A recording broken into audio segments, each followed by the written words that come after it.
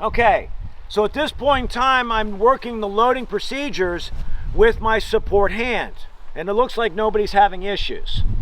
But let's say that someone does have some upper strength issues and they can't load or they can't hold the gun because they don't have the arm strength or the upper body strength.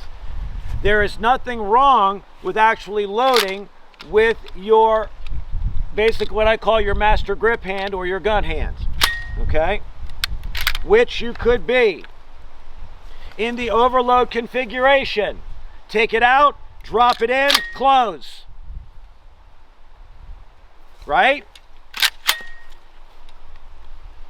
Underload configuration. Underload configuration. Push down, close. Working the gun from both sides, utilizing your gun hand, while the support hand keeps the gun level.